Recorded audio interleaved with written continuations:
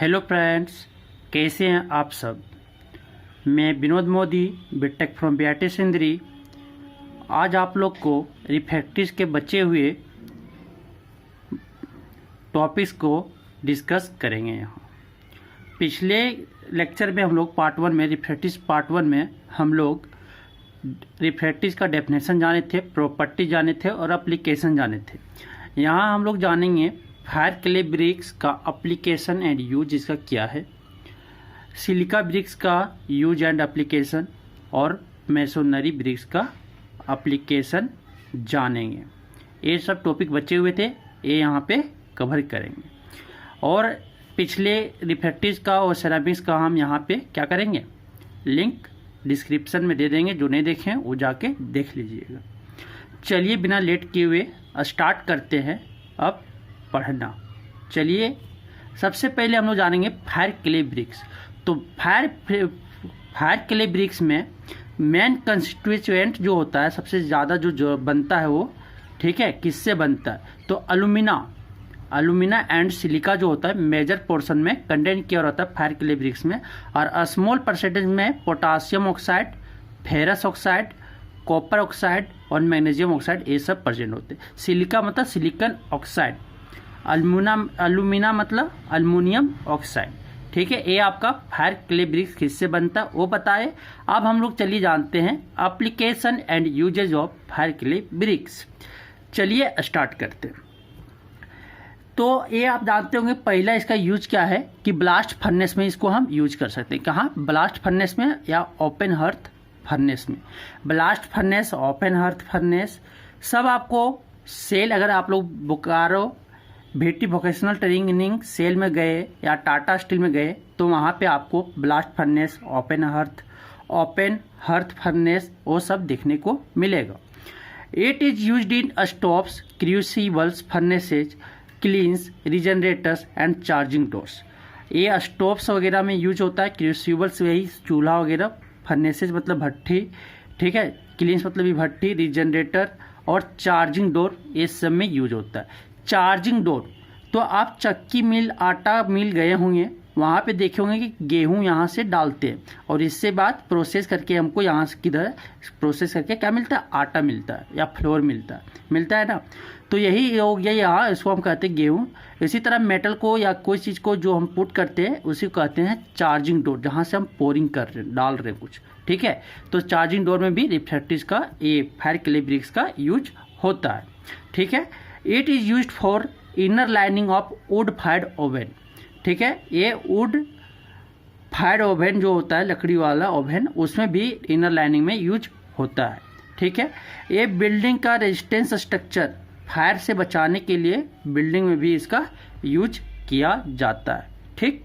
It is used in chimney, इसका और use chimney में है। बड़ा बड़ा फैक्ट्रीज में देखते हैं बहुत बड़ा बड़ा चिमनी होता है, चिमनी मेटल से बना है, फिर उसके अंदर से लाइनिंग रिफ्रैक्टिव का किया जाता है या फायर क्ले ब्रिक्स का किया जाता है, क्योंकि वो इतने हॉट गैसेस पास होते हैं उसमें कि वो उससे क्या करे, इफेक्ट ना पहुँचे, ठीक है, उसको इफेक्ट ना पहुँचाए, ठीक है, चिमनीज को, इसीलिए रिफ्रैक्टिव वहाँ फायर क्ले ब्रिक्स का यूज होता है। चलिए यहाँ हम जानेंगे सिलिका ब्रिक्स। सिलिका ब्रिक्स उसको कहेंगे, उसमें मेन कंस्टिट्यूएंट जो होता है 90 to 95% सिलिका मतलब सिलिकॉन डाइऑक्साइड प्रेजेंट होता है और 2% लगभग कैल्शियम ऑक्साइड मतलब कि लाइम प्रेजेंट होते हैं, ठीक है। तो उसका आप जानते हैं application and uses of silica bricks. Application and uses of silica bricks, तो इसको हम ओपन हर्थ फर्नेस में यूज करते हैं, इलेक्ट्रिक फर्नेस में यूज कर सकते हैं, ग्लास फर्नेसेज में यूज कर सकते हैं।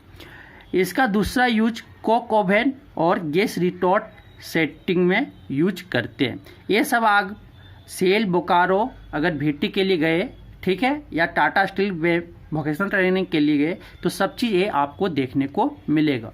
ये सब क्या है, मेटल को पिघलाने के लिए ब्लास्ट फर्नेस ये सब वगैरह, कोक ओवन कोयला, जहाँ कोयला से कोक बनता है वो सब में ये यूज किया जाता है, ठीक है।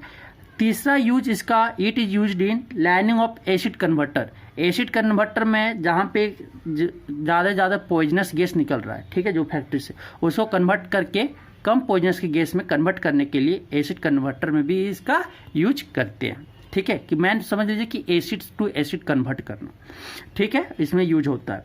It is use in combustion chamber walls, जहाँ पे जलाने हम लोग जलाते हैं कुछ, तो वो चेम्बर में भी हम लोग क्या करते हैं, इसका यूज करते हैं सिलिका ब्रिक्स का।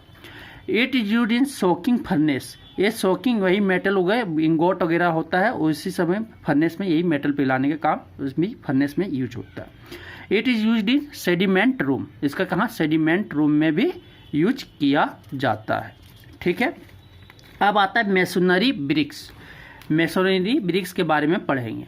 तो सिंपल आप जानते होंगे घर में जो ईंट या कुआं वगैरह ईंट वगैरह यूज होता है, या आप देखते होंगे अभी सीमेंट वाला ब्रिक्स आपको दिखने को मिल रहा होगा, ये रेक्टेंगुलर ब्लॉक का शेप में बना हुआ रहता है और ये सिंपली लगाते जाइए, उसी को हम कहते हैं मेसोनरी ब्रिक्स। मेसोनरी ब्रिक्स सब तरह का हो सकता है, बंट क्ले ब्रिक्स को, कंक्रीट ब्रिक्स को, सैंडलाइम ब्रिक्स को, फ्लैश ब्रिक्स को, ये सब को हम मेसोनरी ब्रिक्स कह सकते हैं, ठीक है, कहते हैं।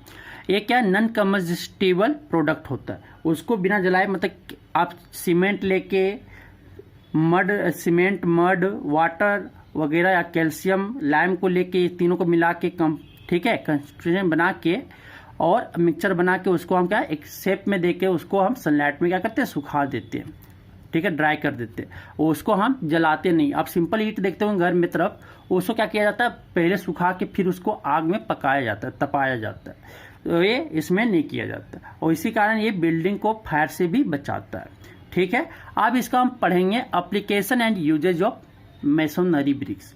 मेसोनरी ब्रिक्स का यूज कहाँ क्या है, तो बिल्डिंग को कंस्ट्रक्ट करने में इसका यूज है, टीनल्स को बनाने में यूज है, पिचिंग वर्क्स करने में यूज है, ठीक है।